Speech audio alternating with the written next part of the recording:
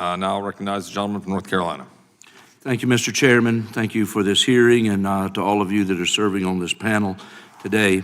The issue of birth tourism is a big concern for me and stands out as a glaring example of a loophole being taken advantage of. Mr. O'Brien, in your testimony, you shared a little bit ago with Mr. Hunt about the national security risk associated with widespread birth tourism. What are among the top countries that are taking part in this practice? Where do they come from? Well, the largest is China. The second largest is India. And then it drops off from there, but there's still large numbers of people from a large number of countries that we should have concerns about. Very good. And aside even from the national security risk that you've already addressed, this practice puts many of those involved in coming here in harm's way. Can you talk about how the birth tourism can harm the expectant mothers involved in this? Certainly. It's not advisable, at least according to all of the medical personnel that I've talked to, for women who are in an advanced stage of pregnancy to do something like a 14 to 24-hour flight from China.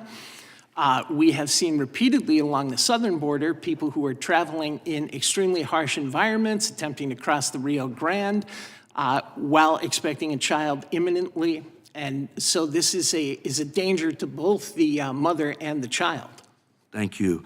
I'm also curious, while we're here, Mr. O'Brien, about the comparison between how the United States treats this concept of birthright citizenship when compared to the rest of the developed world. Is it common for other countries to automatically grant citizenship to those born on their soil? No, it's not common. It's something that's most typically associated with the United States, Latin America, Canada, and a few other countries that have extremely truncated variations of it. And how would you say America compares to most EU countries in regards to this issue? It's profoundly more broad. Most countries that have birthright citizenship have significant restrictions on it compared to the United States. Very good.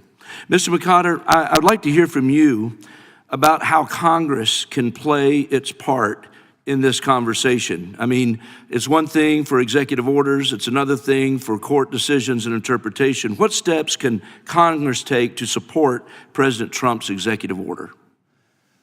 I authored an amicus brief on behalf of many members of this committee, and we submitted that in almost all the district court proceedings and in several of the circuit court proceedings, so the court is at least aware of these members' views on the historical understanding of the jurisdiction clause.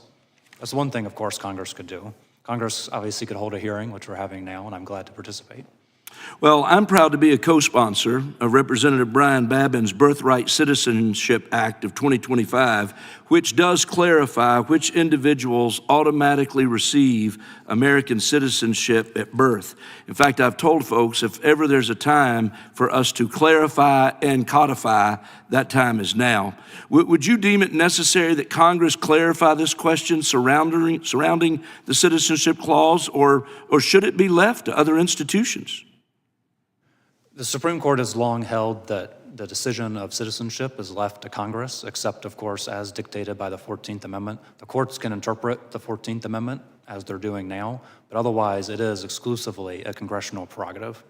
So we do have an opportunity now, and with the act introduced, to take some action on this. And with that, Mr. Chairman, I yield back my time.